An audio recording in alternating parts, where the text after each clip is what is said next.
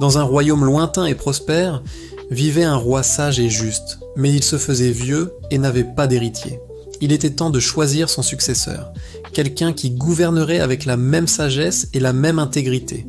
Plutôt que de choisir parmi ses conseillers ou des nobles, le roi imagina un test unique pour trouver un cœur pur parmi les enfants du royaume.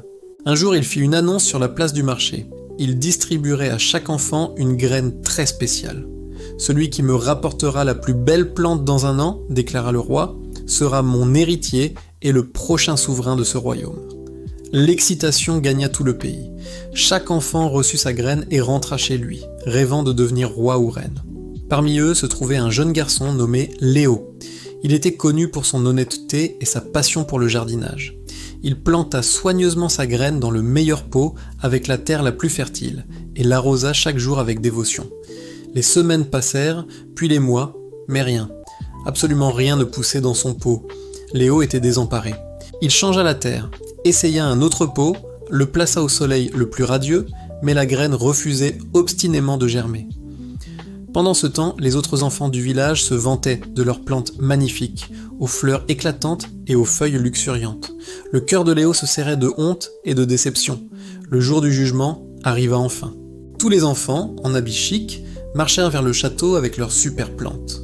Léo, lui, avait tellement honte de son pot vide. Sa mère, voyant sa tristesse, l'encouragea. « Tu as fait de ton mieux, et tu as été honnête. Apporte ton pot vide au roi. L'honnêteté est plus importante que n'importe quelle fleur. » Alors, la tête basse, Léo se présenta devant le roi avec son pot vide, tandis que les autres enfants se moquèrent de lui. Le roi observa la file infinie de plantes magnifiques, son visage restant impassible. Puis, il aperçut Léo, tout au fond, tenant son pot désespérément vide. Le roi l'appela à monter sur l'estrade. « Pourquoi m'as-tu apporté un pot vide ?» demanda-t-il d'une voix forte. Les larmes aux yeux, Léo répondit « Votre Majesté, j'ai tout essayé.